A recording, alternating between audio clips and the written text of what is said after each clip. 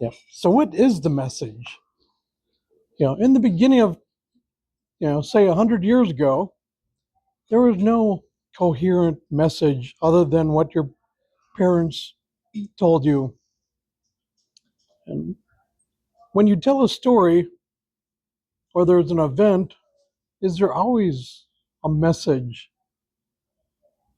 It's like, seeing a event or an accident that a dozen people see, do they all report the same thing? Now, with the onslaught of modern media, it's everywhere. And you may think, I don't listen to it, I ignore it, blah, blah, blah, it's all the same thing. Yeah. But do you like movies, celebrities, politicians? What about science fiction? And how do they predict the future? When the fiction actually becomes science fact decades later, or even a social commentary in an abstract way, what is their message, which you may not even realize they are saying? Yep. And it's through history, from the Greek gods, Hercules, from the Bible of peace and love. What do we see of it? Yeah. But from the 1930s, that's when the first superhero came, Superman, which became a comic book, and then it was a radio show, then a TV series, and for the last few decades, the big screen movies. Okay. I just recently saw the latest Superman movie. Actually, really good production. Some of the stuff that these people, they almost project stuff into time. It takes years to produce a movie. Yeah, but then you see it as like, and most of the time the movies, are really good and it's a good storyline and all that. But then you look back, years later, and it's almost like deja vu. It's like they saw this coming. Yep.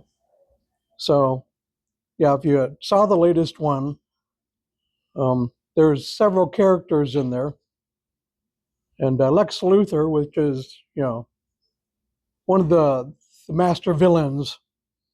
I was thinking about it. It's like, yeah, he does sort of remind me of Elon Musk.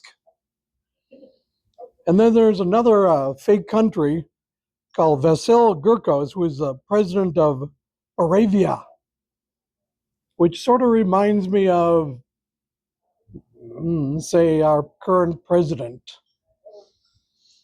But to review the screenplay versus current society, a lot of times it's the same old story of conquest and redemption. But it's not all movies and not all TV stores, especially like in the early days when there was the TV dramas, the so-called soap operas. A soap opera was actually made just to sell soap.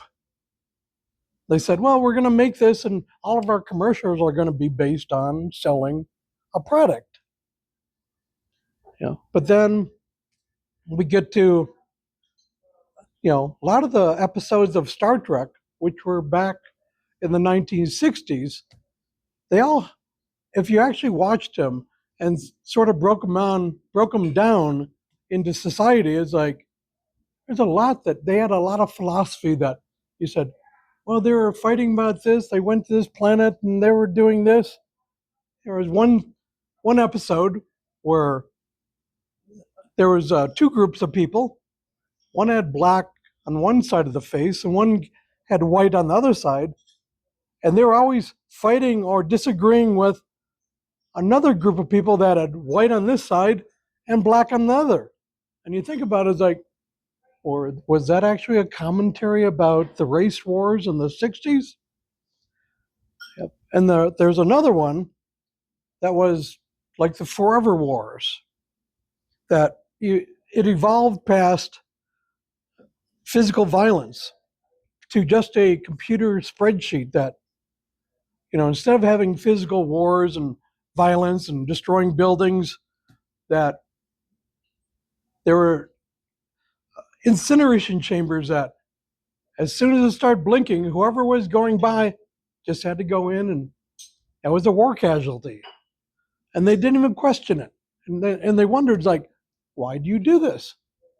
It's like, and they didn't have a question. It's like, well, that's just what society is all about now. Yeah. Then there's a Star Wars, which is almost an entire different series. Yep. So the more and more of the current day that I would be living in, I almost think we're living in the Matrix. Of all the things that we're asking about, is this a dream or is this really happening? So remember, your life is about your choices and your beliefs. So what is your message? May the force be with you.